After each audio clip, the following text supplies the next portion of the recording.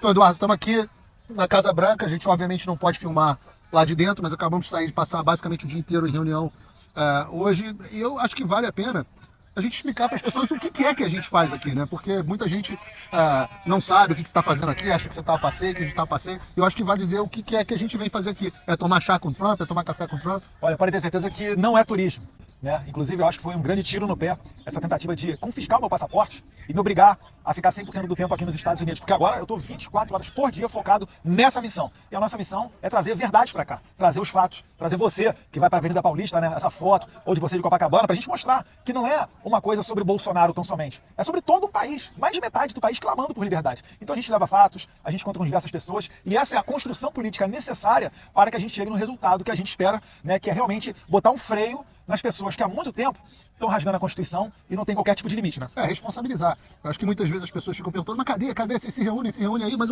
e aí, cadê as sanções? Só ouço falar, não sei o quê. Então é importante que as pessoas entendam que aqui é um processo sério, né? Hoje a gente trouxe aqui um calhamaço desse tamanho, com as decisões do Alexandre todas traduzidas de forma juramentadas, a explicação, a jurisprudência para as medidas que são tomadas, quais foram os indivíduos que tiveram seus direitos violados, de que forma. Então é um processo. E a Casa Branca não é a casa da mãe Joana, não é? A gente não toca a campainha ali, Trampão, sanciona aí o Xandão pra gente. É um processo. Então, você tem que conversar com o Conselho de Segurança Nacional, você tem que conversar com o DPC, né, Domestic Policy Council, você tem que conversar com o Departamento de Estado, você tem que conversar com o Departamento de Tesouro, você tem que conversar com gente o White House Counsel's Office, né, como uma espécie de advocacia da Casa Branca. Você tem que conversar com cada um dos agentes aqui para tentar explicar a eles o que está acontecendo. E eu acho que você pode dizer o que as pessoas, quando a gente conta o que está acontecendo no Brasil, o que elas encontram, o que elas acham. De fato, é difícil você traçar um paralelo com os Estados Unidos. Eu tenho que aqui render as homenagens ao Paulo Figueiredo, que ele é muito mais entendido de legislação americana do que eu, então ele consegue trazer essa ideia melhor para apresentar para eles. Algumas pessoas até já têm uma certa noção do que está acontecendo, outros ficam totalmente surpresos, porque eles vêm com algumas soluções que seriam jurídicas numa democracia normal, mas quando eles falam, a gente fala, já tentamos isso, ou isso não consegue no Brasil por conta dessa ação de alguns tiranos lá. Então esse esclarecimento ele é vital para eles entenderem e chegarem à conclusão de que realmente não tem outra saída senão sancionar para colocar um freio nesse tipo de gente. Eu estou falando aqui de sancionar pessoas, não de sancionar o país. O nosso objetivo aqui não é aumentar as tarifas comerciais para que produtos sejam encarecidos no Brasil. Isso inclusive é uma política socialista.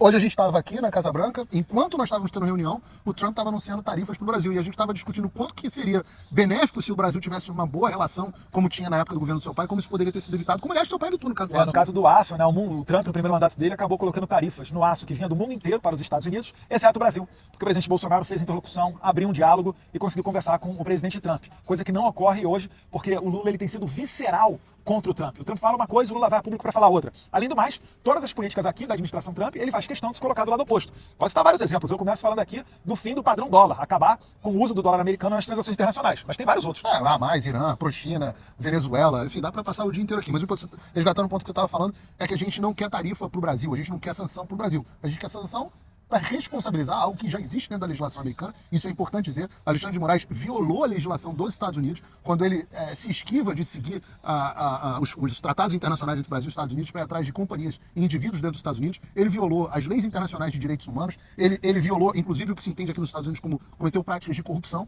E o que a gente faz aqui são simplesmente trazer os fatos. E quando a gente traz os fatos, tem um misto disso que você estava falando, né, Eduardo? Das pessoas não entenderem a gravidade do que está acontecendo, ficarem muito surpresas, digamos assim. Mas, por outro lado, eles também entendem um certo paralelo, né? Porque eles veem o que aconteceu com Donald Trump, eles veem a forma como os juízes aqui nos Estados Unidos, está muito em discussão, né? Os juízes, a gente falou muito disso aqui, sim, como os juízes estão invadindo as prerrogativas do Poder Executivo, sendo usadas para parar a vontade do eleitor, né? E muitas outras questões também. Ele vai ficando por aqui para não estender tanto o vídeo, para o nosso cameraman não cansar muito o braço dele. Nosso cameraman, tadinho, tá com o bracinho já caindo.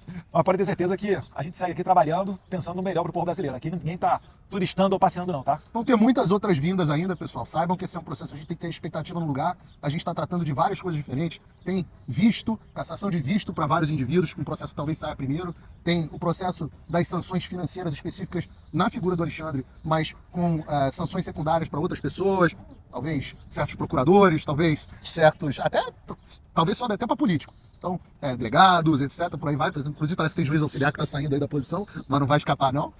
Então, As pessoas têm que entender que isso é um processo que ainda vai demorar alguns meses, talvez possa vir mais rápido do que a gente imagina, mas aqui a coisa é feita com seriedade, né? É isso aí. Só finalizando, se você está vendo esse vídeo no YouTube, parece clichê, mas é verdade. Curta, comente, se inscreva no canal, que isso faz o algoritmo entender que essa mensagem é relevante e entrega para mais pessoas. E o Paulo Figueiredo está também no Rumble e no Locals, né? www.paulofigueiredoshow.com. Um abraço, fiquem com Deus.